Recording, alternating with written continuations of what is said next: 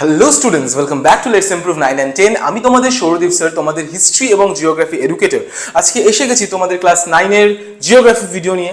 গতদিন আমরা পড়েছি জিওগ্রাফিতে দ্বিতীয় অধ্যায়ের প্রথম পার্টটা, যেখানে আমরা আলোচনা করেছি পৃথিবীর আহ্নিক গতি সম্পর্কে। ঠিক আছে, আজকে আমরা জানবো পৃথিবীর পরিক্রমণ গতির ফলে কি কি ঘটছে, পরিক্রমণ গতি কি, কিভাবে সেই বিষয়গুলো সংঘটিত হচ্ছে, সেই সকল বিষয়। তার আগে সবাইকে বিলেটেড হ্যাপি হোলি। আমি জানি তোমরা সবাই হোলিতে মত্ত হয়ে আনন্দিত হয়ে খুব ভালো সময় কাটিয়েছো, কিন্তু এখন পড়াশোনার মধ্যে ফিরে আসার সময়। তো আজকে আমরা পৃথিবীর পরিক্রমণ গতিটা ভালো করে বুঝবো এবং অবশ্যই বিষয়টাকে ভালো করে উপস্থাপন করব। তার আগে অবশ্যই ভিডিওটিকে লাইক করো, বন্ধুদের মধ্যে শেয়ার করো এবং চ্যানেলটিতে নতুন আসলে চ্যানেলটিকে সাবস্ক্রাইব করো। তো চলো দেখে নেওয়া যাক বিষয়টা। আমরা এর আগে জেনেছি যে গ্রহের দুটো গতি রয়েছে, আবর্তন গতি, পরিক্রমণ গতি। এখন এই আবর্তন গতি কি আহ্নিক গতি বলা হয় সেটা আমরা সকলেই জানি। এই আবর্তন গতি বিষয়ে যা সকল বিষয়গুলো রয়েছে, যে বিভিন্ন বস্তু, যে বিষয়গুলো, যে টপিকগুলো রয়েছে, সেই সব কিছু আমরা প্রিভিয়াস ভিডিওতে আলোচনা করেছি। যারা দেখোনি তারা অবশ্যই সেই ভিডিওটি দেখে আসবে, তাহলে কি লিঙ্ক করতে পারবে সবগুলোতে। ঠিক আছে, তো আবর্তন গতি সম্পর্কে যা যা বিষয় ছিল সেগুলো সব আমরা আলোচনা করে নিয়েছি। আজকে আমরা যে বিষয়টা নিয়ে আলোচনা করব সেটা হচ্ছে আমাদের পরিক্রমণ গতি সম্পর্কে। এই পরিক্রমণ গতি কাকে বলে সেটা আগে একটু জেনে নিই। তো ধারণা এখানে কি দেওয়া রয়েছে, যে পৃথিবী নিজের মেরুদণ্ডের উপর অবিরাম ঘুরতে ঘুরতে, পৃথিবী যে নিজের মেরুদণ্ড অর্থাৎ কাল্পনিক এক অক্ষের ওপর নিজেই নিজের মেরুদণ্ডের ওপর যে অবিরাম ঘুরে যাচ্ছে, যেটাকে আমরা আহ্নিক গতিও বলি, যেটাকে আমরা আবর্তন গতিও বলি, সেই আবর্তন গতির সাথে সাথে একটি নির্দিষ্ট পথে নির্দিষ্ট সময় পশ্চিম থেকে পূর্ব দিকে বা ঘড়ির কাঁটার বিপরীত গতিতে, পশ্চিম থেকে পূর্ব মানে ঘড়ির কাঁটার দিকে, ক্লকওয়াইজ। ঠিক আছে, ঘড়ির কাঁটার গতির বিপরীত দিকে সূর্যকে প্রদক্ষিণ করে চলেছে। মানে ঘড়ির কাঁটার বিপরীত দিক মানে হচ্ছে অ্যান্টি ক্লকওয়াইজ, ঘড়ির কাঁটার দিক হচ্ছে ক্লকওয়াইজ। এখানে কি বলা হয়েছে, পশ্চিম থেকে পূর্ব, তার মানে অ্যান্টি ক্লকওয়াইজ। ঘড়ির কাঁটার গতির বিপরীত দিকে সূর্যকে প্রদক্ষিণ করে চলেছে।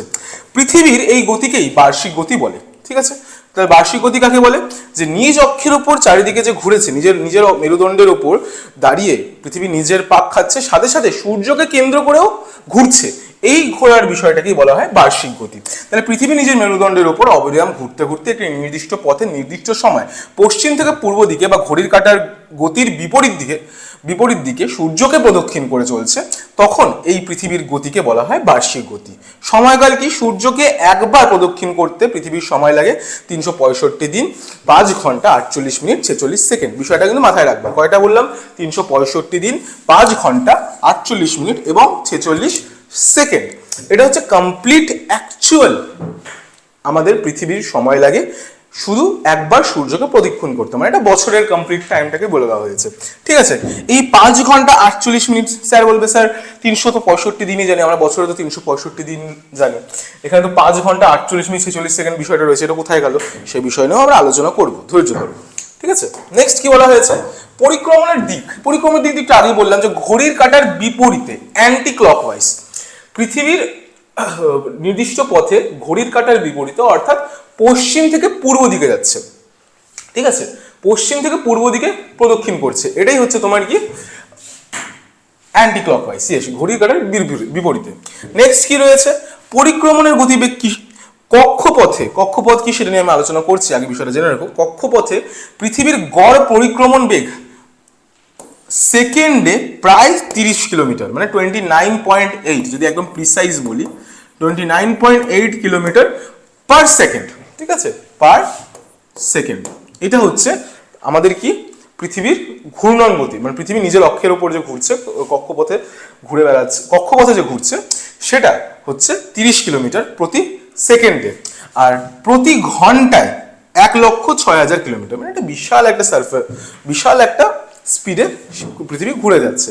তো কক্ষপথে পৃথিবীর গড় পরিক্রমণ বেগ, এটা কিন্তু পরিক্রমণ, আবর্তন বেগের কথা বলা হয়নি, কক্ষপথে ঘুরছে। তাহলে কক্ষপথে পৃথিবীর গড় পরিক্রমণ বেগ হচ্ছে সেকেন্ডে প্রায় 30 কিলোমিটার, 29.8 কিলোমিটার পার সেকেন্ড, বা ঘন্টায় যদি বলি 1,06,000 কিলোমিটার ঘন্টায়।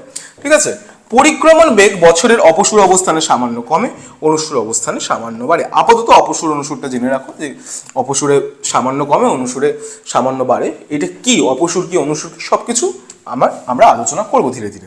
ঠিক আছে, তাহলে এই হচ্ছে পৃথিবী। এবং সূর্যের প্রদক্ষিণ করছে, কি করছে? পশ্চিম থেকে পূর্ব দিকে, এই যে অ্যান্টি ক্লকওয়াইজ।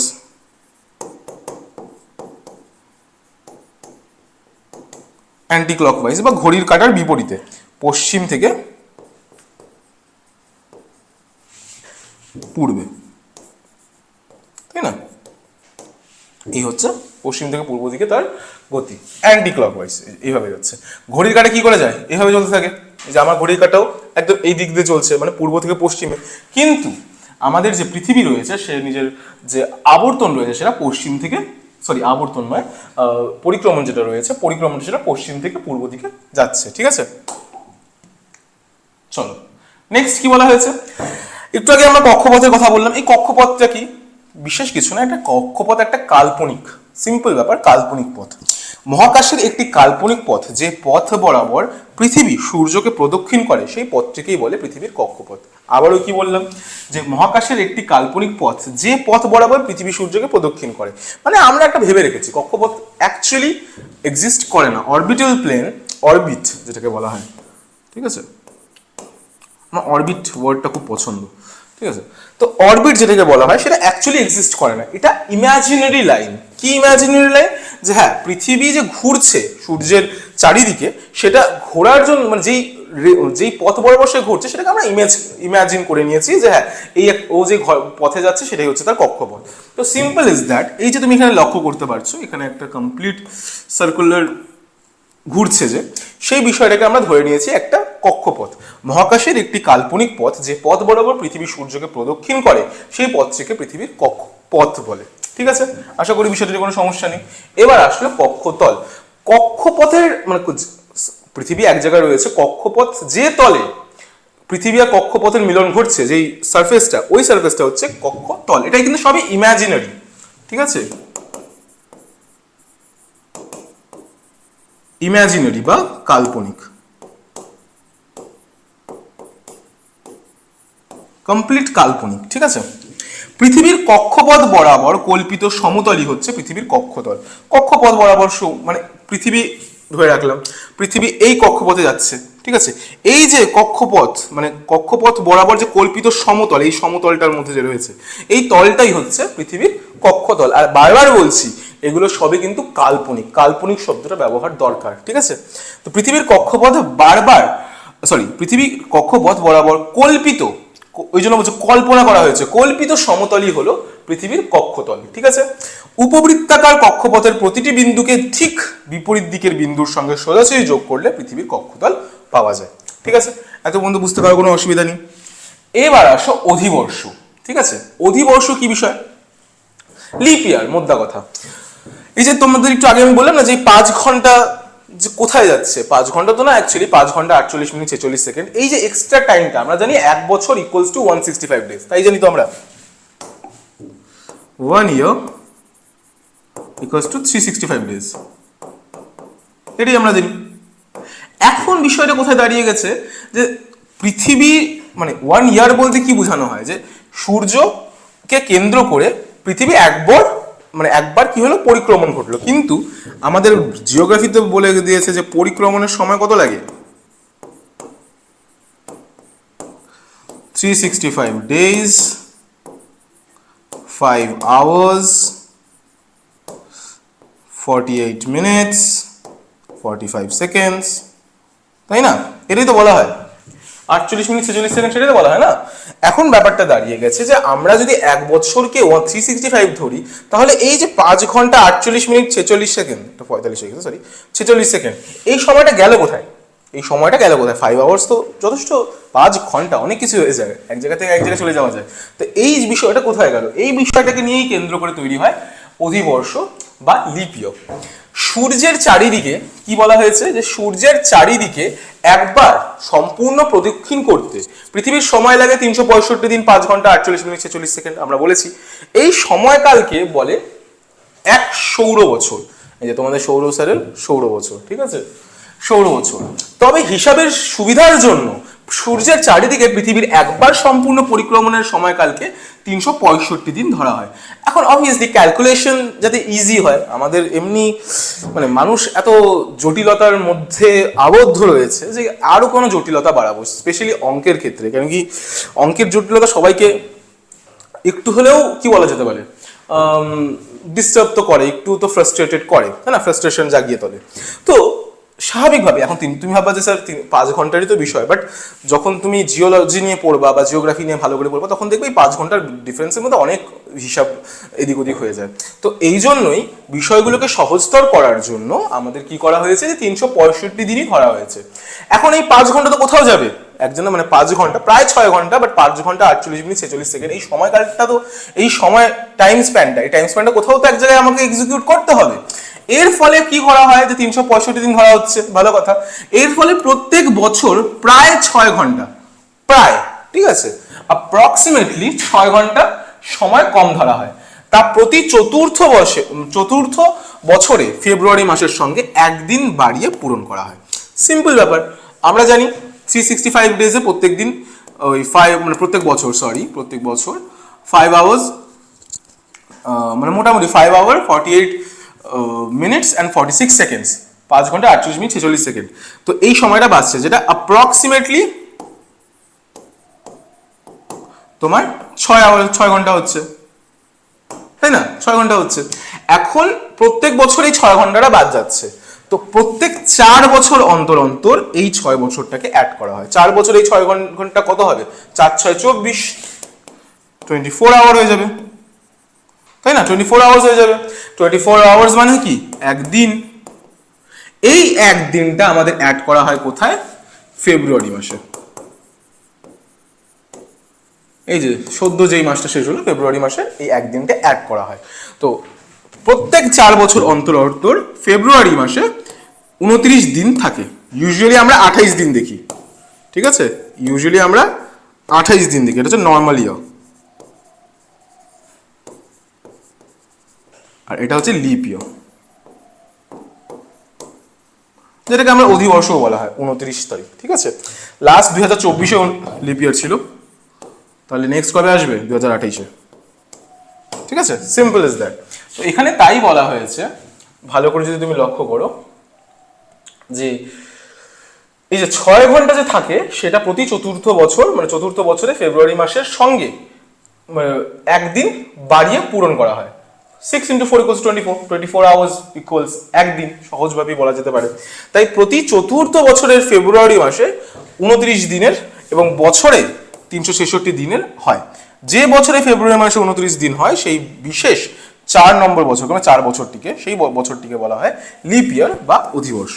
আশা করি বিষয়টা বুঝতে পারলাম, খুবই সহজ বিষয়, কোনো মাথা ব্যথার বিষয় না, তোমরা আগেও পড়েছো, এটা জাস্ট একবার রিক্যাপ, নাথিং এলস। ওকে, এবার আসো অপসূর আর অনুসূর। এই জিনিসটা নিয়ে একটু আগে আমি আলোচনা করলাম, বললাম না বিষয়টা নিয়ে ভালো করে পড়ানো হবে। তো এই অপসূর এবং অনুসূরের বিষয়টা কি সেটা একটু ভালো করে জেনে নেওয়া দরকার। অপসূর এবং অনুসূর, চলো। যে অবস্থানে সূর্য ও পৃথিবীর মধ্যে দূরত্ব সবচেয়ে বেশি হয় সেই অবস্থানকে অপসূর অবস্থান বলে। মানে কি বলা হয়েছে, ডিস্টেন্স, একদম ডিস্টেন্স। যে অবস্থানে সূর্য পৃথিবীর মধ্যে দূরত্ব সবচেয়ে বেশি হয় সেই অবস্থানকে অপসূর বলে। যেরকম ধরো পুজোর সময় তোমার আর তোমার পড়াশোনার মধ্যে দূরত্ব বিশাল হয়, তাই না, পুজোর মধ্যে পড়াশোনা তো একদমই না। পুজো একদিকে চলছে, পড়াশোনার যে কোথায় শেষ পাতা আমি লাস্ট উল্টেছিলাম, কি যে পড়েছিলাম কিছু মাথা নেই। তো এটা হচ্ছে একটা ব্যাপার, যে পুজোর সময় তোমার আর তোমার স্টাডিজ, পড়াশোনার মধ্যে একটা বিশাল দূরত্ব চলে আসে। কিন্তু ঠিক পরীক্ষার আগের দিন পড়াশোনার তোমার মাঝখানে কোনো গ্যাপই নেই, মানে সামান্য হাওয়া পাস হবে না এতটা গ্যাপ। তো এই ঠিক তেমনই, এই তোমার ক্ষেত্রে যেরকম অপসূর অনুসূরের ব্যাপারটা ঠিক তেমনই সূর্য এবং পৃথিবীর মধ্যেও রয়েছে। তো কি বলা হলো, অপসূর অবস্থান কাকে বলা যেতে পারে, যে অবস্থানে সূর্য ও পৃথিবীর মধ্যে দূরত্ব সবচেয়ে বেশি, একদম বিশাল ডিস্টেন্স, ইয়ে দুরিয়া, তো ওই দুরিয়া। তো সূর্য ও পৃথিবীর মধ্যে দূরত্ব সবচেয়ে বেশি, সেই অবস্থানকে অপসূর অবস্থান বলে। 4th জুলাই, ওকে, 4th জুলাই এই অবস্থান দেখা যায়। এই সময় সূর্য পৃথিবীর মধ্যে দূরত্ব কত হয়, 15,20,00,000 কিলোমিটার। এগুলো কিন্তু খুব শর্ট কোয়েশ্চেনে আসে, খুব ভালো করে পড়বে। কি বললাম, 4th জুলাই আমাদের দেখা যায় যে পৃথিবী ও সূর্যের মধ্যে বিশাল দূরত্ব, মানে পৃথিবী সূর্যের জন্য, সূর্য পৃথিবীর জন্য গান গাচ্ছে, ঠিক আছে। তো দূরত্ব বেশি, এবং কতটা দূরত্ব? 15,20,00,000 কিলোমিটার। ওকে, নেক্সট কি বলা হয়েছে? অনুসুর। ঠিক অপসুরের অপোজিটই হবে অনুসুর। যে অবস্থানে সূর্য থেকে পৃথিবীর দূরত্ব সবচেয়ে কম, সূর্য এবং পৃথিবীর দূরত্ব একদম প্রায় কাছাকাছি, ঠিক তোমার পড়াশোনার পরীক্ষার আগে পড়াশোনা, মানে পরীক্ষার আগের রাতে পড়াশোনার মতো পড়াশোনা কোনো দিনই হয় না, মানে ওই পড়াশোনাটা আলাদা লেভেলের হয়, তাই না? মানে তখন সময়কে সময় মনে করা হয় না, তখন পড়াশোনাকে আর বার্ডেন মনে হয় না, মানে তখন তো যতটা পারা যায় মাথায় নিতে পারলে বাঁচা যায়, তাই না? তো এই বিষয়টাই অনুসুরের ক্ষেত্রেও প্রযোজ্য। যে অবস্থানে সূর্য থেকে পৃথিবীর দূরত্ব সবচেয়ে কম হয় সেই অবস্থানকে অনুসুর অবস্থান বলে। কথাটা বুঝতে পারলাম? কি বললাম? যে অবস্থানে সূর্য থেকে পৃথিবীর দূরত্ব সবচেয়ে কম হয় সেই অবস্থানকে অনুসুর অবস্থান বলে। হ্যাঁ, 3রা জানুয়ারি বা 3rd জানুয়ারি, ঠিক আছে, 3rd জানুয়ারি এই অবস্থান দেখতে পাওয়া যায়। এই সময় সূর্য পৃথিবীর মধ্যবর্তী দূরত্ব হয় 14,70,00,000 কিলোমিটার। কি বললাম? 14,70,00,000 কিলোমিটার। এই সময় কি হয়? 3rd জানুয়ারিতে অনুসুর অবস্থান। অনুসুর অবস্থান মানে কি? পৃথিবী এবং সূর্যের মাঝে খুবই কম দূরত্ব, সবচেয়ে কম দূরত্ব। আবারও বলে দিই, অপসুর কবে? অপসুর হচ্ছে 4th জুলাই। সালগুলা কিন্তু খুবই মনে রাখতে হবে। 4th জুলাইতে অপসুর রয়েছে, 3rd জানুয়ারিতে অনুসুর রয়েছে। এই অপসুর অনুসুর কি?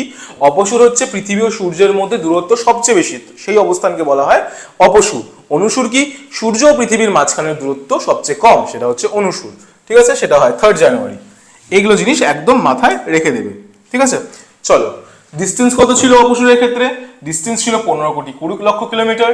অনুসুরের ক্ষেত্রে ডিস্টেন্স কত? 14,70,00,000 কিলোমিটার। এই হচ্ছে মূল বিষয়। এই যে এটা হচ্ছে অপসুর, ওয়েট আ সেকেন্ড,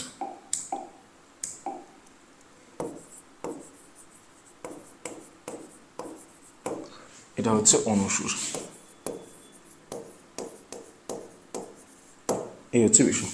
অপসুর অনুসুর 15,20,00,000, হ্যাঁ না সরি 15,20,00,000, উল্টা বললাম, 15,20,00,000 আর 14,70,00,000।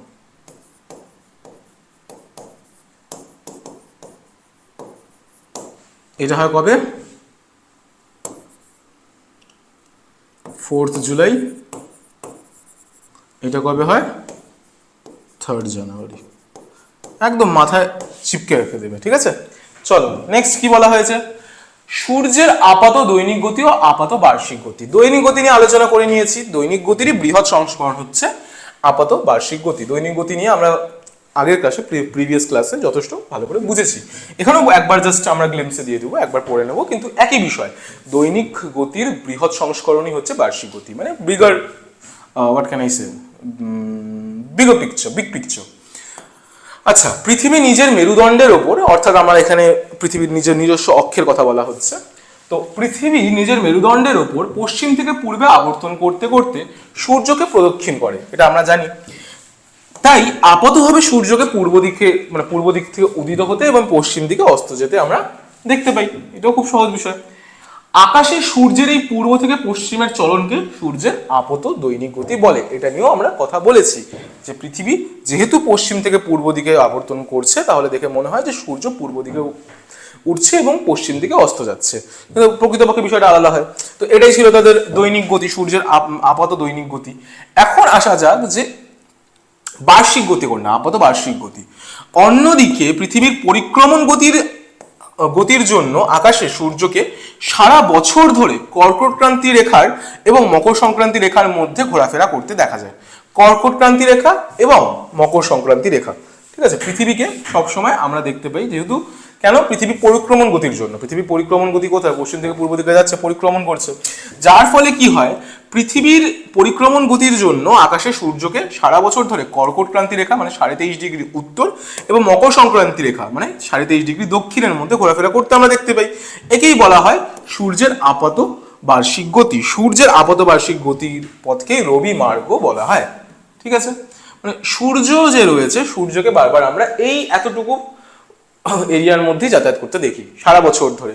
ইদার সে কর্কটক্রান্তি রেখা দিয়ে যাচ্ছে, মানে কর্কটক্রান্তি রেখা মানে হচ্ছে তোমার 23.5 ডিগ্রি উত্তর, ধীরে ধীরে নিরক্ষরেখা আসলো, আবার সে দক্ষিণে গিয়ে মকর সংক্রান্তি রেখা, মানে এইভাবেই সার্কুলেশন ফ্লোতে, মানে সার্কুলেশন ফ্লো না সরি, মানে ওই তো এই প্যাচে তোমাদের সূর্যকে আমরা লক্ষ্য করতে পারি। এটা আপাত দৃষ্টিতে মনে হয় বলেই মানে সূর্যের আপাত পরিক্রমণ গতি বলা হয়, ঠিক আছে, আপাত দৃষ্টিতে দেখে মনে হয়। বাস্তবে তো সূর্য উত্তর থেকে দক্ষিণ মানে কর্কটক্রান্তি মকর সংক্রান্তি রেখার মধ্যে চলাফেরা করতে হবে না, সূর্য তো স্থির রয়েছে, বাট আপাত দৃষ্টি থেকে মনে হয় যে সূর্য কর্কটক্রান্তি রেখা এবং মকর সংক্রান্তি রেখার মাঝ বরাবর ঘোরাফেরা করছে। এটাকেই বলা হয় সূর্যের আপাত বার্ষিক গতি, ঠিক যেমন আমরা সূর্যের আপাত দৈনিক গতি জানি তেমনই। আশা করি বিষয়টা নিয়ে কোনো সমস্যা নেই। এবার আসো সূর্যের উত্তরায়ণ, এটা একটা ইম্পর্টেন্ট বিষয়। সূর্যের উত্তরায়ণ, সূর্যের দক্ষিণায়ন। 3 ডিসেম্বর থেকে 21 জুন, এই সাল মানে সরি সাল বলছি, এই ডেটস গুলো কিন্তু খুব ভালো করে মনে রাখবে। কি বলেছে? 2 ডিসেম্বর থেকে 21 জুন পর্যন্ত মকর সংক্রান্তি রেখা থেকে কর্কটক্রান্তি রেখার দিকে সূর্যের উত্তরমুখী আপাতগতি লক্ষ্য করা যায়। এই সময়কেই সূর্যের উত্তরায়ণ বলে, যে যখন উত্তর দিক থেকে সে মানে সরি যখন সে দক্ষিণ দিক থেকে উত্তর দিকে যাচ্ছে। 21 ডিসেম্বর সরি 21 নয় 2 ডিসেম্বর, মার্জিত এখানে, হ্যাঁ 2 ডিসেম্বর হবে।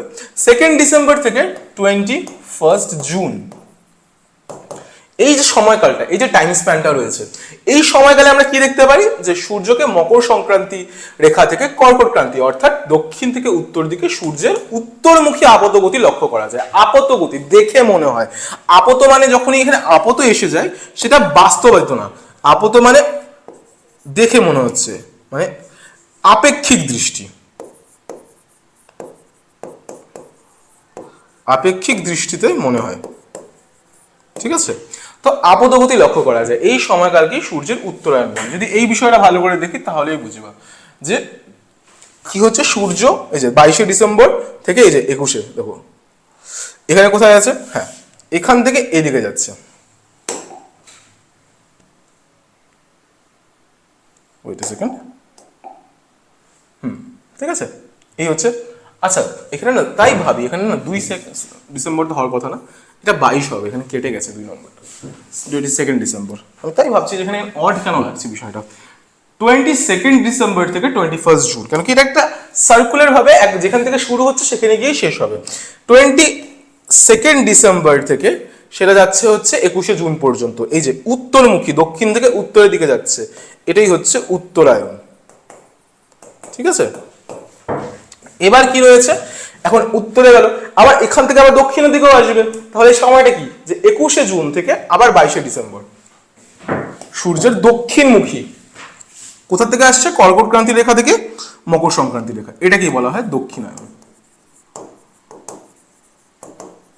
বুঝতে পারলাম? সিম্পল। দেখো এখানে তাই বলা হয়েছে যে 21 জুনের পর থেকে 22 ডিসেম্বর পর্যন্ত কর্কটক্রান্তি রেখা থেকে মকর সংক্রান্তি রেখা, কর্কটক্রান্তি রেখা থেকে মকর সংক্রান্তি রেখা থেকে সূর্যের দক্ষিণমুখী আপত গতি লক্ষ্য করা যায়। এই সময়কালকেই বলা হয় সূর্যের দক্ষিণায়ন। আরেকবার জিনিসটা বুঝে নি, যে এটা ধরে নাও উত্তর, ঠিক আছে, এটা হচ্ছে দক্ষিণ, ভালো কথা, কর্কট,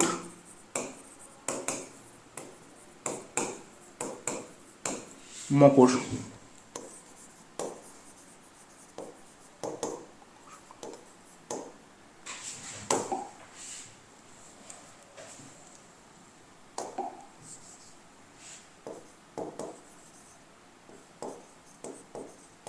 ঠিক আছে, উত্তর দক্ষিণ।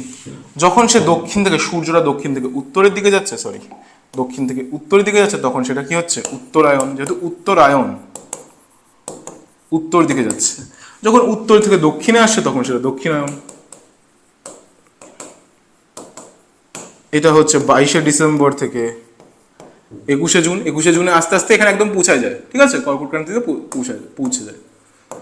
আবার 21 জুন থেকে 22 ডিসেম্বর, আবার 21 জুন থেকে ওর দক্ষিণায়ন শুরু হবে, তারপরের দিন থেকে 21 জুন থেকে 22 ডিসেম্বরে গিয়ে তার দক্ষিণায়ন শেষ হবে। এই হচ্ছে মেন, এটা কিন্তু মাথায় রাখবে, এগুলো সবই হচ্ছে আপাত, ঠিক আছে, আপাত গতি।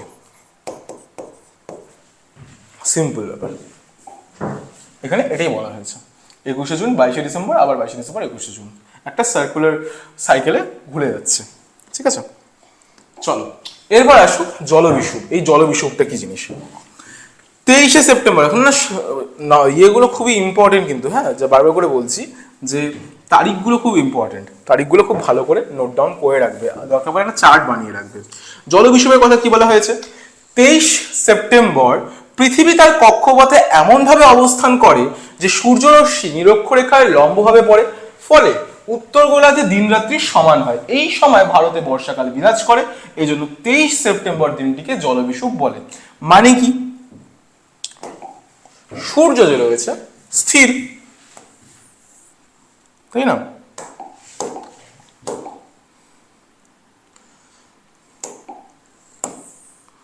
সূর্য আমাদের স্থির, ভালো কথা।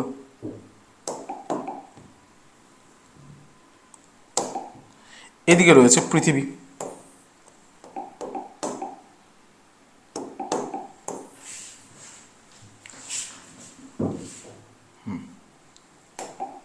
এখন পৃথিবীর অক্ষ মানে ও তো সোজাসুজি কোনোদিনই ছিল না, উনি 66.5 কোণে সবসময় বেঁকে রয়েছে, তাই না?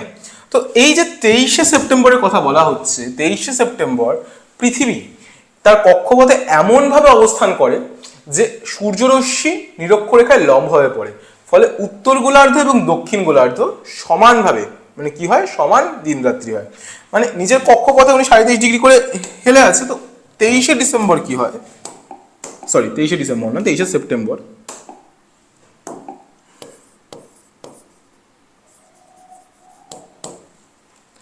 এমনভাবে অবস্থান করছে যে সূর্যরশ্মি ডাইরেক্টলি নিরক্ষরেখা, এটা ধরো নিরক্ষরেখা, একদম নিরক্ষরেখার উপর লম্বভাবে পড়ছে, সমানভাবে পড়ছে, যার ফলে কি হয়, উত্তর গোলার্ধ এবং দক্ষিণ গোলার্ধ দিনরাত সমান হয়। দিনরাত কিন্তু সবসময় সব জায়গায় সমান হয় না, কেন? কেন কি পৃথিবীর রোটেশনের জন্য, ঠিক আছে, তার পৃথিবীর নিজস্ব অবস্থানের জন্য দিন রাত্রি সবসময় সমান হয় না সব জায়গায়, এটা আমরা আগেই পড়েছি। কিন্তু 23শে সেপ্টেম্বর আমাদের এমনভাবে পৃথিবী মহারাজ বিরাজ করে যে উত্তর গোলার্ধ এবং দক্ষিণ গোলার্ধ সমান দিন রাত্রি হয়। কেন? কারণ কি নিরক্ষরেখার উপর সূর্যরশ্মি লম্বভাবে পড়ে, ঠিক আছে। এই জন্য এই দিনটিকে বলা হয় জলবিষুব। কেন? কেন কি ভারতে তখন বর্ষাকাল বিরাজ করে, বর্ষাকাল, ভারতে বর্ষাকাল বিরাজ করার জন্য সেই সময়টাকে বলা হয় জলবিষুব। আবার উত্তর গোলার্ধে এই সময় শরৎকাল বিরাজ করে, তাই এই দিনটিকে শরৎ বিষুবও বলা হয়।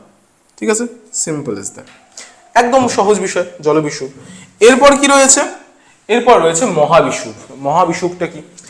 যে 21শে মার্চ, ডেটস গুলো মাথায় রাখবে, এই রিসেন্টলি হবে এটা, ঠিক আছে। 21শে মার্চ, এখন আছে কত তারিখ? আজকে মানে 5 তারিখ।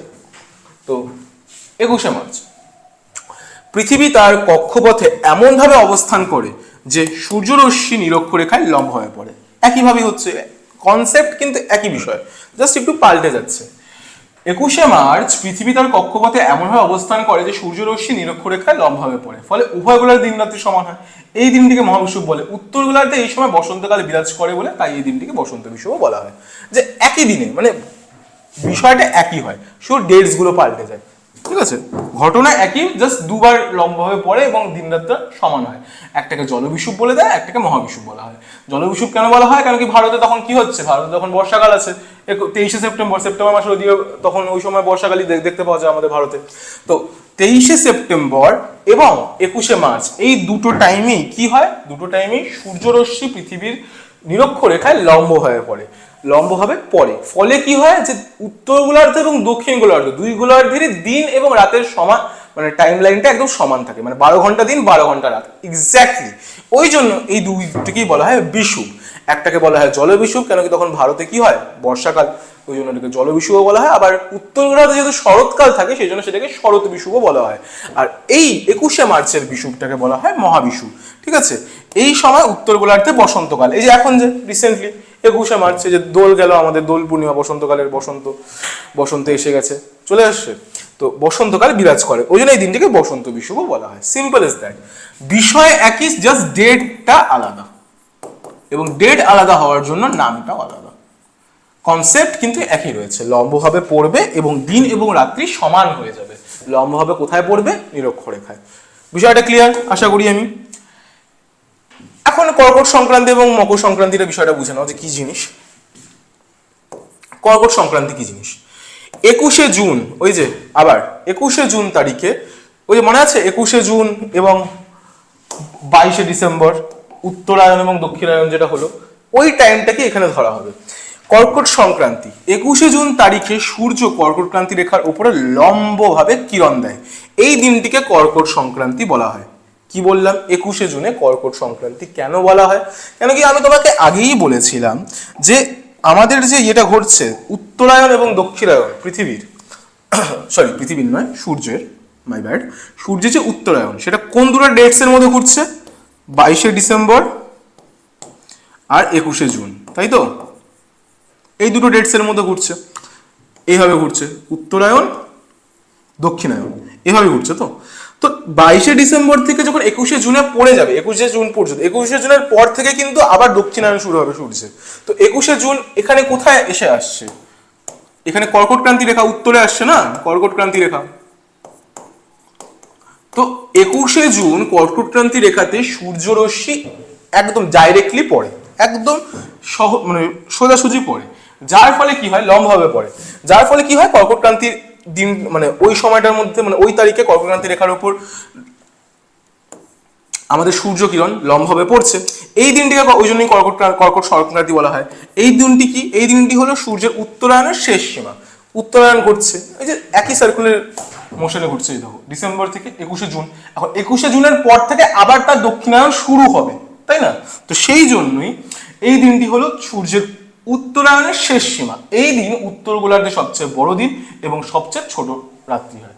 এই যে তোমার 21শে জুনে কর্কট ক্রান্তি রেখার উপর লম্বভাবে সূর্যরশ্মি পড়ছে, তার ফলে উত্তরে কি হয়? উত্তর গোলার্ধে দিন সবচেয়ে বড় হয় এবং সবচেয়ে ছোট রাত হয়। সিম্পল ব্যাপার। তো এই বিষয়টাই রয়েছে কর্কট সংক্রান্তি। মকর সংক্রান্তিও একই বিষয়, জাস্ট উল্টা হয়ে যাবে। 22শে ডিসেম্বরের তারিখে সূর্য মকর ক্রান্তি রেখার উপর, মানে 37° দক্ষিণ এর উপর লম্বভাবে কিরণ দেয়। এই দিনটিতে মকর ক্রান্তি রেখা বলা হয়। এই দিন দক্ষিণ গোলার্ধে সবচেয়ে বড় দিন এবং সবচেয়ে ছোট রাত্রি হয়। সহজ বিষয়। কর্কট ক্রান্তি এবং মকর ক্রান্তি একদম ইজি বিষয়, তুমি এখানে লক্ষ্য করতেই পারো, এখানে দেওয়া আছে সরি, লম্বভাবে সূর্য লম্বভাবে পড়ছে, এই যে সিম্পল ভাবে। তো চলো, এই ছিল কর্কট ক্রান্তি এবং মকর সংক্রান্তি। ঠিক আছে, এবার আসা যাক অয়নান্ত দিবস। এই অয়নান্ত দিবসটা দেখো, অয়ন মানে এটা কি? অয়ন মানে হচ্ছে পথ। অয়ন কথাটির অর্থ হচ্ছে পথ বা গতি। অয়নান্ত মানে অয়ন প্লাস অন্ত, সন্ধি বিচ্ছেদ বাংলার। যে অয়নান্ত দিবস বলতে বোঝায় পথ বা গতির শেষ দিন। 21শে জুন, এই যে আবার 21শে জুন, 21শে জুন তারিখে সূর্যের আপাত উত্তরমুখী গমন, যেটাকে আমরা উত্তরায়ণও বলি, শেষ হয়। তাই এই তারিখটিকে বলা হয় উত্তর অয়নান্ত দিবস। অয়ন অন্ত, অয়ন মানে পথ বা গতি এবং অন্ত মানে শেষ, তাহলে গতির শেষ বা পথের শেষ। আমি বললাম না যে উত্তরায়ণ এবং দক্ষিণায়ন কি করে ঘটছে? 22শে ডিসেম্বর থেকে 21শে জুন, আবার 21শে জুন থেকে 22শে ডিসেম্বর, এটা একটা পথের মধ্যে তো ঘটছে। তো যখন 21শে জুনে গিয়ে আমাদের উত্তরায়ণ শেষ হয়ে যায়, সেই 21শে জুন তারিখটাকে ওই জন্য বলা হয় উত্তরমুখী গমন বা উত্তরায়ণের শেষ, এবং সেটাকে বলা হয় উত্তর অয়নান্ত। কথাটা বুঝতে পারলাম? সেই তারিখটাকে বলা হয় উত্তর অয়নান্ত দিবস। একইভাবে 22শে ডিসেম্বর তারিখে সূর্যের আপাত দক্ষিণমুখী গমন বা দক্ষিণায়ন শেষ হয় বলে এই তারিখটিকে দক্ষিণ অয়নান্ত দিবস বলা হয়। সহজভাবেই যে জিনিসটা আমরা আগে আলোচনা করেছি সেটারই দুটো দিক, অয়নান্ত, উত্তর অয়নান্ত অর্থাৎ 21শে জুন, দক্ষিণ অয়নান্ত অর্থাৎ 22শে ডিসেম্বর। ঠিক আছে, চলো এবার আসা যাক দুটো ইম্পর্টেন্ট বিষয় নিয়ে। এই দুটো ইম্পর্টেন্ট বিষয়ের পর আমাদের এই চ্যাপ্টার শেষ হয়ে যাবে। এই বিষয়টা কি? প্রথমেই রয়েছে এই যে বার্ষিক গতির ব্যাপারে আমরা জানলাম, বার্ষিক গতি বলো, সূর্যের বিভিন্ন আপাত গতি বলো, এই সকল বিষয়ে দেখলাম। তো এখানে সবচেয়ে ইম্পর্টেন্ট তো বার্ষিক বা পরিক্রমণ গতি। এই পরিক্রমণ গতির ফলে পৃথিবীর ওপর কি ইফেক্ট পড়ছে, মানে মোদ্দা কথা আমরা এতটুকু তো জানি যে কোনো ইফেক্ট পড়বেই, কোনো কিছু, কোনো কার্য থাকলে তার কোনো না কোনো ফলাফল তো ঘটবেই। তো তেমন ভাবেই পৃথিবীর বার্ষিক গতির ফলাফলগুলো কি কি সেগুলো আমরা একটু আলোচনা করে নিই। যে গতির দ্বারা সূর্যকে সামনে রেখে পৃথিবী তার মেরুদণ্ডের উপর অনবরত ঘুরতে ঘুরতে নির্দিষ্ট কক্ষপথে পশ্চিম থেকে পূর্বে অর্থাৎ ঘড়ির কাঁটার বিপরীতে অ্যান্টি ক্লকওয়াইজ 365 দিন 5 ঘন্টা 48 মিনিট 46 সেকেন্ড বা প্রায় 365 দিন 6 ঘন্টায় সূর্যকে একবার প্রদক্ষিণ করে, এই গতিকে পরিক্রমণ বা বার্ষিক গতি বলে। আমরা সকলেই জানি। পৃথিবীর বার্ষিক গতির কয়েকটা ফলাফল আমরা দেখে নিই। প্রথমেই যেটা আসবে, দিন ও রাত্রির দৈর্ঘ্যের হ্রাস বৃদ্ধি। সব জায়গায় দিন ও রাত্রি সমান হয় না, ঠিক আছে? দিন ও রাত্রি কোনো কালেই সমান হয় না, এক্সেপ্ট দুটো দিন বাদ দিয়ে, ঠিক আছে? বিষুব বাদ দিয়ে কখনোই দিন এবং রাত্রির দৈর্ঘ্য সমান হয় না, যে 12 ঘন্টা দিন 12 ঘন্টা রাত কোনোদিনই হয় না, ওই দুটো বিষুব বাদ দিয়ে। তো সূর্যকে প্রদক্ষিণ করার সময় পৃথিবীর মেরুরেখা তার কক্ষতলের সঙ্গে কি হয়, 66.5 কোণে হেলে অবস্থান করে। আমরা এটা সবাই জানি, আগেও পড়েছি। কক্ষতলের সঙ্গে কত, 66.5 ডিগ্রি কোণে হেলে অবস্থান করে। এর ফলে কি হয়, যে সূর্য কখনো উত্তর গোলার্ধে কর্কট ক্রান্তি রেখার উপর, আবার কখনো দক্ষিণ গোলার্ধে মকর সংক্রান্তি রেখার উপর লম্বভাবে কিরণ দেয়, যেটাকে আমরা মকর ক্রান্তি এবং কর্কট ক্রান্তি বলছিলাম। তাহলে কি বলছে, যে এর ফলে সূর্য কখনো উত্তর গোলার্ধে কর্কট ক্রান্তি রেখায় উপর, আবার কখনো দক্ষিণ গোলার্ধে মকর ক্রান্তি রেখার উপর লম্বভাবে কিরণ দেয়। এই জন্য দক্ষিণ গোলার্ধ এবং উত্তর গোলার্ধে বছরের বিভিন্ন সময় দিন রাতের দৈর্ঘ্যের হ্রাস বৃদ্ধি ঘটে, ঠিক আছে? এখানে তোমরা দেখলেই বুঝতে পারবে। প্রথমে কি বলা হয়েছে, 21শে জুন উত্তর গোলার্ধে দিন সবচেয়ে বড় হয়, আমরা বলেছি, এবং রাত্রি সবচেয়ে ছোট হয়। দক্ষিণ গোলার্ধে এর ঠিক বিপরীত অবস্থা বিরাজ করে। 21শে মার্চ ও 23শে সেপ্টেম্বর পৃথিবীর সর্বত্র দিন রাতের দৈর্ঘ্য সমান হয়, তাই এই দুই দিনকে বিষুব বলা হয়, যেটা আমরা পড়লাম। এই বিষুবকে দুই ভাগে ভাগ করা যায়, একটা জল বিষুব, একটা মহাবিষুব।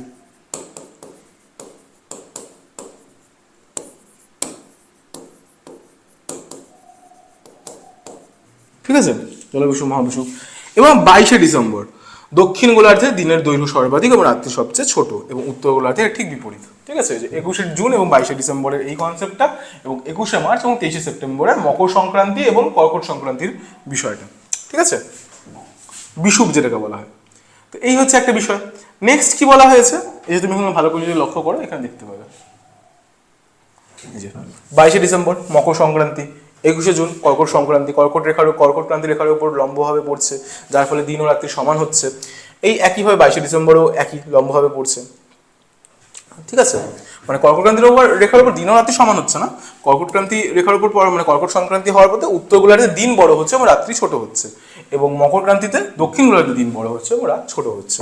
সহজ, যে দীর্ঘতম রাত এবং ক্ষুদ্রতম দিন কর্কট ক্রান্তিতে, আর মকর ক্রান্তিতে দীর্ঘতম দিন ক্ষুদ্রতম রাত।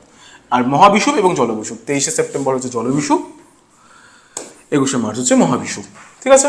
চার্টসগুলো ভালো করে পড়বে, ডেটসগুলো খুব ভালো করে পড়বে। এরবার আসে ঋতু পরিবর্তন। আমাদের দিন ও রাত্রির দৈর্ঘ্যের হ্রাস বৃদ্ধি তো বেশ ব্যাপারটা জানি আমরা। এইবার পরিক্রমণের ফলে সবচেয়ে মেন যে বিষয়টা হয়, সেটা হচ্ছে ঋতু পরিবর্তন। এই যে সিজনাল চেঞ্জেস যেগুলো হয়, এখন যেরকম আমরা শীতকাল থেকে বসন্তকালে ঢুকছি, বসন্ত এসে গেছে, প্রায়ই শুনছো গান। এখন বসন্তকাল থেকে আমরা এই যে গরম, একদম বাজে একটা ওয়েদার, গরমের মধ্যে এন্ট্রি করবো। তো এই যে ঋতু পরিবর্তন হচ্ছে, এটা কার ফল? এটা পৃথিবীর পরিক্রমণ গতিরই ফল, ঠিক আছে? তো কি বলা হয়েছে, যে সূর্য থেকে পৃথিবীর দূরত্ব বছরের বিভিন্ন সময় পরিবর্তিত হয়। আমরা সকলেই জানি, পৃথিবীর মেরুরেখার কক্ষতলের সঙ্গে 66.5 কোণে হেলে থাকার ফলে পৃথিবী গোলাকার হওয়ায় ভূপৃষ্ঠের সর্বত্র সূর্যরশ্মি একই কোণে পড়ে না। এটা তো স্বাভাবিকভাবেই, একে তো পৃথিবী গোলাকার, তো কোনো একটা গোল সার্ফেসের ওপর যদি লাইট পড়ে, তো সব জায়গায় যে ইভেন ভাবে পড়বে এটা তো কোনো কথাই না, হওয়া সম্ভবই না। তার সাথে কি রয়েছে, তার সাথে মেরুরেখার কক্ষতলের সঙ্গে 66.5 ডিগ্রি একটু হেলে থাকে, যার ফলে এটাও একটা কারণ, যার জন্য সর্বত্র একইভাবে মানে একই কোণে সূর্যরশ্মি পড়ে না। সূর্যরশ্মি কোথাও লম্বভাবে কোথাও তির্যকভাবে পড়ে, এবং এর ফলে কি হয়, বিভিন্ন স্থানে তাপের তারতম্য হয়। কোনো জায়গায় যদি সূর্যরশ্মি বেশি পড়বে, তো স্বাভাবিকভাবেই সূর্যরশ্মি সেখানে পড়ার ফলে সেখানে উষ্ণতা বাড়বে। যেরকম নিরক্ষরেখায় সারা বছর সূর্যরশ্মি লম্বভাবে পড়ে, যার ফলে নিরক্ষরেখায় চিরকাল আমরা উষ্ণতা দেখতে পাই, ঠিক আছে? তো এই একটা সিম্পল লজিক, যে সূর্যরশ্মি কোথাও লম্বভাবে কোথাও তির্যকভাবে পড়ার ফলে বিভিন্ন স্থানে তাপের তারতম্য দেখতে পাওয়া যায়। এইভাবে উষ্ণতার হ্রাস বৃদ্ধি, এটা উন্নতা নয়, উষ্ণতা হবে। এইভাবে উষ্ণতার হ্রাস বৃদ্ধি অনুযায়ী বছরের বিভিন্ন সময় নানা স্থানে নানা ঋতু বিরাজ করে। উষ্ণতা বেড়ে গেলে গ্রীষ্মকাল, উষ্ণতা কমে গেলে শীতকাল, তার মাঝখানে যে ট্রানজিশনটা হয় সেটা বর্ষাকাল এবং শরৎকাল। এই যে ঠান্ডা থেকে যে গরমের দিকে আমরা যাচ্ছি, সেটা হচ্ছে তোমার বসন্তকালের ট্রানজিশনটা। তো এই হচ্ছে মূল বিষয়। নেক্সট কি রয়েছে, বর্ষ ও অধিবর্ষ, এই জিনিসটা মাথায় রাখতে হবে। এটা তো আমি বলেইছি। আচ্ছা, ইজি বিষয়, কোনো মানে এটা ফলাফল, ঠিক আছে। বর্ষ এবং অধিবর্ষ কিন্তু পরিক্রমণ গতির ফলাফল, যেটা তোমরা জানোই যে সূর্যের চারিদিকে পৃথিবীর একবার ঘুরতে সময় লাগে 365 দিন 5 ঘন্টা 48 মিনিট 46 সেকেন্ড। বারবার এটা মাথায় রাখবে। একে বছর বা বর্ষ বলা হয়। 4 বছর অন্তর অন্তর একদিন বাড়িয়ে সেই বর্ষটাকে কি বলা হয়, অধিবর্ষ। তো এই জিনিসটা হয় পরিক্রমণ গতির ফলে। নেক্সট কি রয়েছে, পৃথিবীর তাপমণ্ডলের সৃষ্টি। তাপমণ্ডলের সৃষ্টি, বছরের বিভিন্ন সময় সূর্যের আলো পৃথিবীতে বিভিন্ন কোণে পতিত হয়। এই যে তাপমণ্ডলগুলো, এগুলো তোমরা নেক্সট চ্যাপ্টারে, যখন আমরা নেক্সট চ্যাপ্টারটা করাবো, আজকে এই চ্যাপ্টারটা কমপ্লিট হয়ে যাবে এবং নেক্সট চ্যাপ্টার যখন আমরা শুরু করবো তখন তোমরা তাপমণ্ডল বিষয়টা ভালো করে বুঝবে। তাহলে বছরের বিভিন্ন সময় সূর্যের আলো পৃথিবীতে বিভিন্ন কোণে পতিত হয়, আমরা সকলেই জানি। এর ওপর নির্ভর করে পৃথিবীতে 3টি তাপমণ্ডলে ভাগ করা হয়। একটা হচ্ছে উষ্ণমণ্ডল, একটা নাতিশীতোষ্ণ মণ্ডল, আর একটা আমাদের হিমমণ্ডল, ঠিক আছে। এছাড়া মেরুজ্যোতির সৃষ্টিও হয়, ঠিক আছে। সবচেয়ে সুন্দর যদি কোনো এক্সপিরিয়েন্স থাকে সেটা হচ্ছে পোলার রিজনে যাওয়া, ঠিক আছে, নর্থ পোল বলো বা সাউথ পোল বলো, সেখানকার অরোরা অর্থাৎ মেরুজ্যোতি, মানে ওটা once in a lifetime experience. আমার খুব ইচ্ছা আছে যাওয়ার, আশা করি তোমাদেরও ইচ্ছা আছে এবং তোমরাও যাবে নিজেদের জীবনে। সেটা কি, 66.5 কোণ হেলে থাকার অবস্থায় পৃথিবী সূর্যকে প্রদক্ষিণ করার ফলে মেরুদ্বয়, মেরুদ্বয় মানে উত্তর মেরু এবং দক্ষিণ মেরু, দুইটা মেরুরই কথা বলা হয়েছে, মেরুদ্বয় একাদিক্রমে 6 মাস দিন ও 6 মাস রাত্রি বিরাজ করে। মানে আমাদের হিসাবে যেরকম দিন রাত্রির কনসেপ্টটা কি হয়, আমাদের হিসাবে দিন রাত্রির কনসেপ্টটা হয় তোমার সিম্পলেস্ট ওয়েতে, যে একদিনে দিন হয়ে গেল একদিনে রাত হয়ে গেল। বাট মেরুদয় অর্থাৎ মেরুর যে বিষয়টা রয়েছে, মানে উত্তর মেরু এবং দক্ষিণ মেরু, এই উত্তর মেরু এবং দক্ষিণ মেরুর মধ্যে কি হচ্ছে, এখানে দিন ও রাত্রি একদিনে হয় না, এখানে 6 মাস অন্তর অন্তর করে হয়। তো টানা 6 মাস দিন চলছে, টানা 6 মাস রাত্রি বিরাজ করে। যখন এক টানা 6 মাস রাত্রি থাকে তখন আকাশে যে মৃদু বর্ণময় আলোক ছটা দেখা যায়, what experience, how beautiful it is, মানে খুবই সুন্দর, মানে একটা মহাজাগতিক সৌন্দর্যতা ওটার মধ্যে রয়েছে। যে মৃদু বর্ণময় আলোক ছটা দেখা যায় তাকেই মেরুজ্যোতি বা অরোরা বলা হয়। এই মেরুজ্যোতি সুমেরুর নিকট সুমেরু প্রভা এবং কুমেরুর নিকট কুমেরু প্রভা নামে পরিচিত। এটাকে বলা হয় মেরুজ্যোতি। উত্তর মেরু অর্থাৎ সুমেরুতে হলে বিষয়টা হয়ে যায় সুমেরু প্রভা, এবং কুমেরুতে হলে মানে দক্ষিণ মেরুতে হলে সেটা হয়ে যায় কুমেরু প্রভা। তো বিষয়টা বোঝাতে পারলাম আশা করি, খুবই ইজি ব্যাপার। এবার আসো ঋতু চক্র। আমরা শেষ করলাম হচ্ছে পৃথিবীর যে এই পরিক্রমণ গতি চলছিল তার ফলে কি কি ঘটছে, অ্যাকচুয়ালি কি কি বিভিন্ন বিষয়গুলো আমরা লক্ষ্য করতে পারছি যে হ্যাঁ এই পরিক্রমণ গতি হচ্ছে, যার ফলে পৃথিবীতে এই সকল বিষয়গুলো কি হচ্ছে, ঘটছে, ঠিক আছে।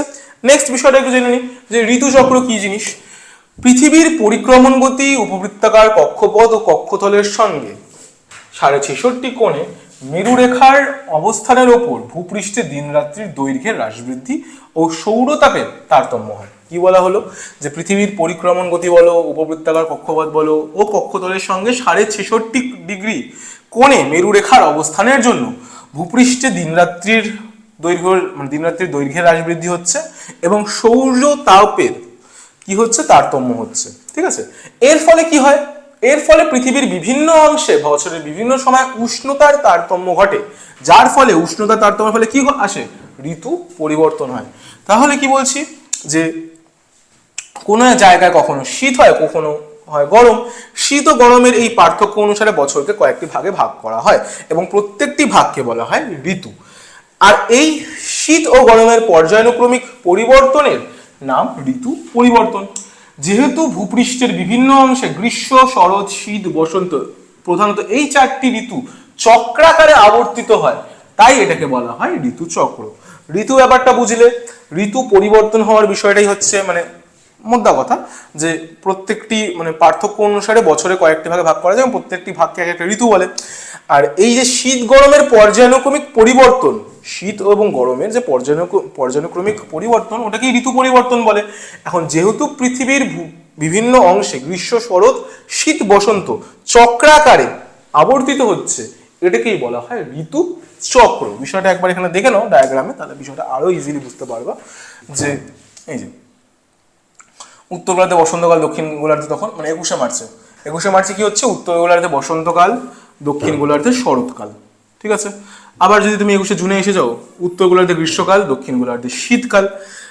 আবার যদি তুমি এসে যাও হচ্ছে 23শে সেপ্টেম্বরে কি হচ্ছে, উত্তর গোলার্ধে শরৎকাল, দক্ষিণ গোলার্ধে বসন্তকাল, এবং ইন দি এন্ডে 22শে ডিসেম্বরে কি হচ্ছে, উত্তর গোলার্ধে শীতকাল, দক্ষিণ গোলার্ধে গ্রীষ্মকাল। এই যে চক্রাকার আবর্তন ঘটছে আমাদের কোথায়, পৃথিবীতে, এবং পৃথিবীতে আমরা সেটা লক্ষ্য করতেও পারছি। এই চক্রাকার আবর্তনের ফলে যে পরিবর্তন, ঋতু পরিবর্তন হচ্ছে, এই যে চক্রাকার পর্যায়ক্রমিক আবর্তন, এটাকেই ঋতু চক্র বলা হয়। ঠিক আছে, সিম্পল ব্যাপার। এখন এই ঋতু পরিবর্তনের কারণগুলো কি, এগুলো একটা বড় বিষয়। যে এই যে ঋতু পরিবর্তন যে আমরা পড়ছি এতক্ষণ ধরে, যে ঋতু পরিবর্তন হচ্ছে, ঋতু চক্রাকারে বিয়ে হচ্ছে, এটার কারণটা কি, কেন হঠাৎ করে এগুলো জিনিসগুলো ঘটছে? তার পিছনে দুটো মেইন কারণ রয়েছে। পৃথিবীর বিভিন্ন স্থানে বছর জুড়ে বিভিন্ন ঋতুর আগমন, স্থায়িত্ব ও বৈচিত্র্যের প্রধান দুটি কারণটা কি? এক নম্বর হচ্ছে দিন রাত্রির হ্রাস বৃদ্ধি, দিন রাত্রির দৈর্ঘ্যের হ্রাস বৃদ্ধি, এবং সূর্যরশ্মির পতন কোণের তারতম্য। ঠিক আছে, সূর্যরশ্মির পতন কোণ মানে কোথায় পতন করছে তার সাথে সূর্যরশ্মির যে কোণটা তৈরি হয় সেটা পতন কোণ। তো সূর্যরশ্মির পতন কোণের তারতম্য বিষয়টাকে একটু বিশদে এলাবোরেটলি বিষয়টা জানি যে কি আসলে হয়েছে। পৃথিবী যে কক্ষপথে সূর্যকে প্রদক্ষিণ করে, সেটি হচ্ছে উপবৃত্তাকার, এটা আমরা জানি। এবং কক্ষতলের সঙ্গে পৃথিবীর মেরু রেখার 66.5 কোণ হেলে অবস্থান করার জন্য দুটি পরিস্থিতি তৈরি হয়। তো একে তো কক্ষপথ উপবৃত্তাকার, এবং তার উপর পৃথিবী মেরুরেখার 66.5 কোণ হেলে অবস্থান করে। এবং এই জিনিসটার জন্যই দুটো সিচুয়েশন ক্রিয়েট হয়। কি? প্রথমত হচ্ছে পৃথিবী ও সূর্যের মধ্যবর্তী দূরত্ব সারা বছর ধরে সমান থাকে না, এটা তো আমরা আগেই শুনেছি, তাই না? অপুসুর অনুসুরের ক্ষেত্রে আমরা বিষয়টা জানি যে পৃথিবী ও সূর্যের মধ্যবর্তী দূরত্ব সারা বছর ধরে সমান থাকে না। দ্বিতীয়টা কি রয়েছে, যে পর্যায়ক্রমে পৃথিবীর উত্তর গোলার্ধ এবং দক্ষিণ গোলার্ধ সূর্যের দিকে ঝুঁকে পড়ে। এখন পৃথিবী যে রয়েছে আমাদের, তুমি যদি ভালো করে লক্ষ্য করো, একদিকে ঝুঁকে যায়, যেহেতু 66.5 কোণে হেলে আছে, তো তার উত্তর গোলার্ধ ইধার এদিকে ঝুঁকে যাচ্ছে, নয় দক্ষিণ গোলার্ধ ঝুঁকে যাচ্ছে, এই বিষয়টা রয়েছে। তাহলে কি বলা হয়েছে, পর্যায়ক্রমে পৃথিবীর উত্তর গোলার্ধ, দক্ষিণ গোলার্ধ সূর্যের দিকে ঝুঁকে যায়, যেহেতু এটা আবর্তন করছে না, পরিক্রমণ করছে। যেহেতু পরিক্রমণ করার ফলে আবর্তনের সাথে পরিক্রমণ করছে, তো এক সময় বিষয়টা উত্তর দক্ষিণ গোলার্ধ এদিকে রয়েছে, আবার এক সময় কি হচ্ছে, উত্তর গোলার্ধ, সূর্য যদি এদিকে থাকে, মানে জিনিসটাকে আরেকটু বেটার ওয়েতে প্রেজেন্ট করা যেতেই পারে, একটু দেখে নাও যে সূর্য, সরি এটা পৃথিবী, এর থেকেও বড় সূর্য হয়। ঠিক আছে, তো সূর্য তো স্থির রয়েছে, পৃথিবী ঘুরছে। এখন পৃথিবী আবর্তনের সাথে সাথে পরিক্রমণ করার সময় মাঝে মাঝে, এটা তো যদি আমি এটাকে হাফ করি, নর্থ সাউথ আর 66.5 কোণ হেলে, তাহলে কি সাউথটা এদিকে এগিয়ে আছে, তারপরে পরিক্রমণ করতে করতে করতে এদিকে এলো, তখন কি হবে? ঠিক আছে, তাহলে কি ওদিকে তোমার হচ্ছে সাউথটা হেলেছিল, এদিকে তোমার নর্থটা হেলে থাকবে, সিম্পল বিষয়। তো এই তো উত্তর গোলার্ধ এবং দক্ষিণ গোলার্ধ সব সময় একইভাবে থাকে না, পর্যায়ক্রমিকভাবে সূর্যের দিকে ঝুঁকে পড়ে। এই দুটো সিচুয়েশন তৈরি হচ্ছে। সূর্যকে প্রদক্ষিণ করার সময় 21শে মার্চ ও 23শে সেপ্টেম্বর, সূর্যকে প্রদক্ষিণ করার সময় 21 মার্চ এবং 23 সেপ্টেম্বর তারিখ দুটিতে সূর্য পৃথিবীর ঠিক মাঝ বরাবর অর্থাৎ নিরক্ষরেখায় লম্বভাবে কিরণ দেয়। এটা আমরা জানি, 21শে মার্চ ও 23শে সেপ্টেম্বর তারিখ দুটিতে সূর্য পৃথিবীর ঠিক মাঝ বরাবর এবং নিরক্ষরেখায় লম্বভাবে কিরণ দেয়। 21শে মার্চ থেকে পৃথিবীর উত্তর গোলার্ধে সূর্যের দিকে ঝুঁকতে থাকা শুরু হলে পৃথিবীর উত্তর গোলার্ধ এই সময় অধিক সূর্যকিরণ পায় এবং দিনের দৈর্ঘ্য বাড়তে থাকে, উত্তর গোলার্ধে দিন বাড়তে থাকে, যেরকম আমরা জানি, সহজ বিষয়। এরপর বিষয়টা যেটা রয়েছে সেটা কি, সেটা হচ্ছে আমাদের ঠিক তার অপোজিটে এই উত্তর গোলার্ধে গ্রীষ্মকাল, দক্ষিণ গোলার্ধে তখন শীত হয়। যখন আমি কি বললাম, দাঁড়াও এটা একটু কেটে নিই, বিষয়টাকে আর একটু ভালোভাবে উপস্থাপন করা যেতে পারে। এখানে কি বলেছে, যে সূর্যকে প্রদক্ষিণ করার সময় 21শে মার্চ এবং 23শে সেপ্টেম্বর তারিখ দুটিতে সূর্য পৃথিবীর ঠিক মাঝ বরাবর অর্থাৎ নিরক্ষরেখায় লম্বভাবে কিরণ দেয়। 21শে মার্চ থেকে পৃথিবীর উত্তর গোলার্ধ সূর্যের দিকে ঝুঁকতে শুরু করলে পৃথিবীর উত্তর গোলার্ধে সেই সময় অধিক সূর্যকিরণ পড়ে। যদি পৃথিবীর উত্তর গোলার্ধে সূর্যের দিকে বেশি ঝুঁকে যায়, তাহলে সূর্যের কিরণটা কোথায় বেশি পড়বে, উত্তর গোলার্ধেই পড়বে। এবং উত্তর গোলার্ধে যদি বেশি সূর্যকিরণ পড়ে, তার মানে ওখানে দিনগুলো বড় হবে। তো উত্তর গোলার্ধে সেই সময় অধিক সূর্যকিরণ পায় এবং দিনের দৈর্ঘ্য বাড়তে থাকে। অপোজিটে কি হবে? অপোজিটে তা ঠিক বিপরীত হবে। ফলে এই সময় উত্তর গোলার্ধে গ্রীষ্মকাল এবং দক্ষিণ গোলার্ধে শীতকাল। যে এখন আমরা উত্তর গোলার্ধে রয়েছে, এখন আমাদের কি শুরু হবে? গরম শুরু হয়ে যাবে, ঠিক আছে? তো উত্তর গোলার্ধে গ্রীষ্মকাল এবং দক্ষিণ গোলার্ধে যখন শীতকাল হয়। অন্যদিকে 23শে সেপ্টেম্বরের পর থেকে পৃথিবীর দক্ষিণ গোলার্ধ সূর্যের দিকে ঝুঁকতে থাকে। এরপরে কি হচ্ছে যে 23শে সেপ্টেম্বরের পর থেকে পৃথিবী কি হচ্ছে? দক্ষিণ গোলার্ধ সূর্যের দিকে ঝুঁকতে থাকে, যার ফলে দক্ষিণ গোলার্ধে দিনের দৈর্ঘ্য বাড়তে থাকে এবং সেই সময় দক্ষিণ গোলার্ধে গ্রীষ্মকাল এবং উত্তর গোলার্ধে শীতকাল অনুভূত হয়। তুমি ভালো করে মনে করো, 23শে সেপ্টেম্বরের দিকে আমাদের কি শীতকাল আসে? ভালো করে মনে করো, শরৎকাল আসে, শরৎকাল থেকে শীতকালের দিকে যাচ্ছে, তার মানে আমরা কোথায়? উত্তর গোলার্ধে। তো আমাদের ক্ষেত্রে জিনিসটা বুঝতে আরো ইজি, যে 21শে মার্চে কি হচ্ছে? উত্তর গোলার্ধে সূর্যরশ্মি বেশি করে পড়ছে, যার ফলে সেখানে দিনের দৈর্ঘ্যটা বাড়ছে, যার ফলে সেখানে গ্রীষ্মকাল। তাহলে কি, যে 21শে মার্চ থেকেই তো আমাদের যে গ্রীষ্মকাল শুরু হয়ে গেছে, গরম লাগা শুরু হয়ে গেছে। 23শে সেপ্টেম্বর কি হয়? 23শে সেপ্টেম্বর ব্যাপারটা আলাদা হয়ে যায়। 23শে সেপ্টেম্বর তখন কি হচ্ছে? তখন উত্তর গোলার্ধে শীতকাল অনুভূত হয় 23শে সেপ্টেম্বর থেকে। তো এই হচ্ছে বেসিক বিষয়, খুবই ইজি। গ্রীষ্মকাল ও শীতকালের মধ্যবর্তী সময় শরৎকাল, ও শীতকাল ও গ্রীষ্মকালের মধ্যবর্তী সময় বসন্তকাল আগমন ঘটে। এই যে এখন যেটা চলছে বসন্তকাল, যে শীতকাল থেকে গ্রীষ্মকাল যাওয়ার মধ্যে যে ট্রানজিশনটা হচ্ছে সেটাকেই বসন্তকাল ধরে নেওয়া হয়। তো এটা বসন্তকাল। আবার গ্রীষ্ম থেকে যখন শীতের দিকে যাওয়া হয় তখন সেটা শরৎকাল, মাঝখানে ট্রানজিশনটা হিসাবে চলে আসে। তো এটাই বিষয়। চলো নেক্সট কি বলা হয়েছে? সূর্যরশ্মির পতন কোণের তারতম্য। এখন এই একটা বিষয় রয়েছে, দুটো বললাম না যে কারণ দুটো কি কি ছিল? পৃথিবীর ঋতু পরিবর্তনের দুটো কারণ, একটা হচ্ছে দিন রাত্রির দৈর্ঘ্যের হ্রাস বৃদ্ধি, আর একটা হচ্ছে সূর্যরশ্মির পতন কোণের তারতম্য। দিন রাত্রির দৈর্ঘ্যের হ্রাস বৃদ্ধি তো আমরা আলোচনা করে নিয়েছি। এখন যেটা বিষয় রয়েছে সেটা হচ্ছে সূর্যরশ্মির পতন কোণ। এইটা একটু ভালো করে বুঝে নিই, সূর্যরশ্মির পতন কোণটা কি রয়েছে। সো এখানে কি বলা হয়েছে ভালো করে বুঝবে। পৃথিবীর অভিগত গোলকাকৃতি এবং কক্ষতলের সঙ্গে মেরুরেখার 66.5 কোণে হেলে থাকার অবস্থানে এই দুইয়ের জন্য ভূপৃষ্ঠে সর্বত্র এবং সবসময় সূর্যরশ্মি সমান কোণে পতিত হয় না। এটা আমরা অনেক আগের থেকেই জেনে রেখেছি। সাধারণভাবে পৃথিবীর নিরক্ষীয় অঞ্চলে সূর্যরশ্মির লম্বভাবে পড়ে। এটাও আমরা জানি যে নিরক্ষরেখার আশেপাশে অঞ্চলকে নিরক্ষীয় অঞ্চল বলা হয়, এবং নিরক্ষরেখায় যেহেতু পতন সবসময় সূর্যরশ্মি লম্বভাবে পড়ে, তার মানে নিরক্ষীয় অঞ্চলে সূর্যরশ্মি লম্বভাবে পড়বে। নিরক্ষরেখা থেকে যতই মেরুর দিকে যাওয়া যায় ততই কি হয়? যতই মেরুর দিকে অগ্রসর হয় ততই সূর্যরশ্মি তির্যকভাবে পতিত হওয়া শুরু করে। আবার উপবৃত্তাকার কক্ষপথে 66.5 কোণ করে পৃথিবী সূর্যকে প্রদক্ষিণ করার ফলে পৃথিবীর উত্তর ও দক্ষিণ গোলার্ধের সূর্যের দিকে পর্যায়ক্রমে ঝুঁকতে থাকে। দুটো জিনিস হচ্ছে, এত পর্যন্ত তোমাদের মাথায় রয়েছে যে লম্বভাবে পড়ছে নিরক্ষরেখা থেকে, যতই মেরুর দিকে যাব তত বেশি সূর্যরশ্মি পতন মানে তির্যকভাবে পড়বে। এতটুকু তো তোমাদের ক্লিয়ার কমপ্লিটলি। এরপরে কি বলেছে? যে উপবৃত্তাকার কক্ষপথে 66.5 কোণ করে পৃথিবী সূর্যকে প্রদক্ষিণ করার ফলে পৃথিবীর উত্তর ও দক্ষিণ গোলার্ধ সূর্যের দিকে পর্যায়ক্রমে ঝুঁকতে থাকে। কখনো উত্তর গোলার্ধ সূর্যের দিকে ঝুঁকে আছে, কখনো দক্ষিণ গোলার্ধ সূর্যের দিকে ঝুঁকে আছে, যার ফলে কি হয়? 21শে জুন সূর্য কর্কটক্রান্তি রেখায় লম্বভাবে কিরণ দেয়। ওই দিনে সুমেরুতে 23.5 কোণে সূর্যরশ্মি পড়ে এবং কুমেরুতে সূর্যালোক পৌঁছাই না। এটা হচ্ছে মেইন বিষয়। কর্কটক্রান্তি মনে আছে? কর্কট সংক্রান্তি বিষয়টা, যেখানে কর্কটক্রান্তি রেখার উপর সূর্যরশ্মি লম্বভাবে পড়ছে। তার ফলে কি হচ্ছে? যে ওই দিন সুমেরুতে 23.5 কোণে সূর্যরশ্মি পড়ে এবং কুমেরুতে পড়েই না। কুমেরুতে একদমই সূর্যরশ্মি সেদিন পড়ে না, মানে একদম পোলার রিজন, মানে কুমেরু অঞ্চলে সূর্যরশ্মি আর পড়ে না। নেক্সট কি বলা হয়েছে? যে সূর্যরশ্মির পতন কোণের তারতম্যের আরেকটা বিষয় রয়েছে, যে একইভাবে 22শে ডিসেম্বর তারিখে সূর্য মকর ক্রান্তি রেখায় লম্বভাবে কিরণ দেয়। এই দিন কুমেরুতে 23.5 কোণে সূর্যরশ্মি পড়ে ও সুমেরুতে সূর্যালোক পৌঁছায়। মানে এক্স্যাক্ট বিষয়টা যেরকম ঘটছে তেমনই, ঠিক আছে? একদম এক্স্যাক্ট বিষয়টা, জাস্ট জায়গাগুলো পাল্টে যাচ্ছে এবং সময় বা তারিখটা পাল্টে যাচ্ছে, কিন্তু প্রসেসটা একই রয়েছে। কি বললাম? প্রসেসটা একই রয়েছে। তাহলে কি বললাম? ওই দিন কুমেরুতে 23.5 কোণে সূর্যরশ্মি পড়ে এবং সুমেরুতে সূর্যালোক পৌঁছায় না। লম্বরশ্মি অল্প বায়ুস্তর ভেদ করে এবং অল্প স্থানে সীমাবদ্ধ থাকায় ভূপৃষ্ঠ বেশি গরম হয়, কিন্তু তির্যক রশ্মি অধিক বায়ুস্তর ভেদ করে এবং অধিক স্থানে ছড়িয়ে পড়ে ভূপৃষ্ঠ বেশি উত্তপ্ত হয় না।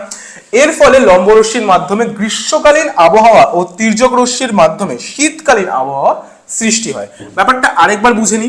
কি বলেছে?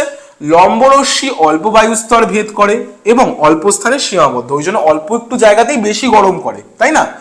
তো অল্প স্থানে সীমাবদ্ধ থাকায় ভূপৃষ্ঠ বেশি গরম হয়। কিন্তু তির্যক রশ্মি যেটা রয়েছে সেটা অধিক বায়ুস্তর ভেদ করে, কিন্তু অধিক স্থানে ছড়িয়ে পড়ায় ভূপৃষ্ঠে বেশি উত্তপ্ত করতে পারে না। এর ফলে লম্বরশ্মির মাধ্যমে গ্রীষ্মকালীন আবহাওয়া, মানে যেখানে লম্বভাবে পড়ছে, যেই রেখায় লম্বভাবে পড়ছে সেখানে লম্বভাবে পড়ার ফলে গ্রীষ্মকালীন আবহাওয়া সেখানে সৃষ্টি হচ্ছে। আবার কি, যেখানে তির্যক রশ্মি পড়ছে সেখানে শীতকালীন আবহাওয়া, কেন কি তির্যক রশ্মি বেশি জায়গায় পড়লেও বেশি জায়গায় উত্তপ্ত করতে পারে না, যার ফলে তির্যক রশ্মির মাধ্যমে শীতকালীন আবহাওয়া সৃষ্টি হচ্ছে। তো এই হচ্ছে আমাদের মূল বিষয়, যে সূর্যরশ্মির পতন কোণের তারতম্যের কারণে ঋতু পরিবর্তন ঘটে, আরেকটা হচ্ছে দিন রাত্রির দৈর্ঘ্যের হ্রাস বৃদ্ধির কারণে আমাদের ঋতু পরিবর্তন ঘটছে। বিষয়টা ইজিলি আমি আশা করি বুঝাতে পারলাম। তো এই ছিল তোমাদের মূল এই চ্যাপ্টার, মানে চ্যাপ্টার 2 এর সম্পূর্ণ বিষয়। এটা পার্ট 2 ছিল। পার্ট 1 আমি আগেই পড়িয়েছি এবং পার্ট 2 এর মধ্যে চ্যাপ্টার 2 আমার এন্ড করে দিলাম।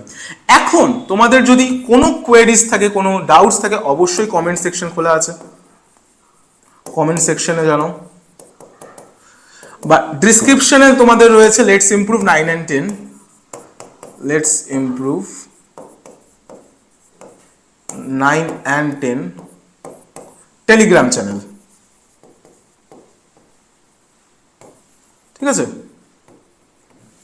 টেলিগ্রাম চ্যানেলে ডিসক্রিপশনে দেওয়া আছে, সেখানে গিয়েও তুমি তোমার কোয়েরিজ বা ডাউটস আমাদেরকে আস্ক করতে পারো, বা কমেন্ট সেকশনে খোলা আছে, সেখানেও তোমাদের কোয়েরিজ আমাকে দিতে পারো। তো আজকের জন্য এতটুকুই। আশা করি তোমাদের সম্পূর্ণ বিষয়টা বোঝাতে পেরেছি, এবং এই বিষয়গুলো খুব ভালো করে তোমাদেরকে পড়তে হবে। এবং সবচেয়ে বেশি যে জিনিসটা ইম্পর্টেন্ট সেটা হচ্ছে সালগুলো, সরি সাল নয়, বারবার সাল এসে যায়, ইতিহাসেরও টিচার তো সালটা এসে যায় বারবার করে।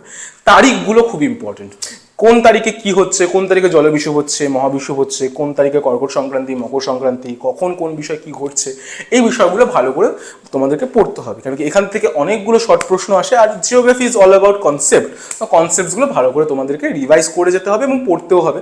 তোমরা যারা এই ভিডিওটা দেখছো তারা অবশ্যই ভিডিওটাকে লাইক করো, এবং যারা এর আগের ভিডিওটা দেখোনি, এই ভিডিওতে ডাইরেক্টলি জাম্প আউট করেছো, আমি তোমাদেরকে সাজেস্ট করতে চাই যে ওই আগের চ্যাপ্টার, মানে সেকেন্ড চ্যাপ্টারেরই ফার্স্ট পার্টটা অবশ্যই দেখবা, তারপরে এই ভিডিওটা দেখবা, যার ফলে তোমাদের ক্রোনোলজিক্যালি বিষয়টা খুব সুন্দর করে উপস্থাপন এবং পড়া হয়ে যাবে। তো আবারও দেখা হবে নতুন এক সেশনে, ততদিনের জন্য ভালো করে পড়াশোনা করো।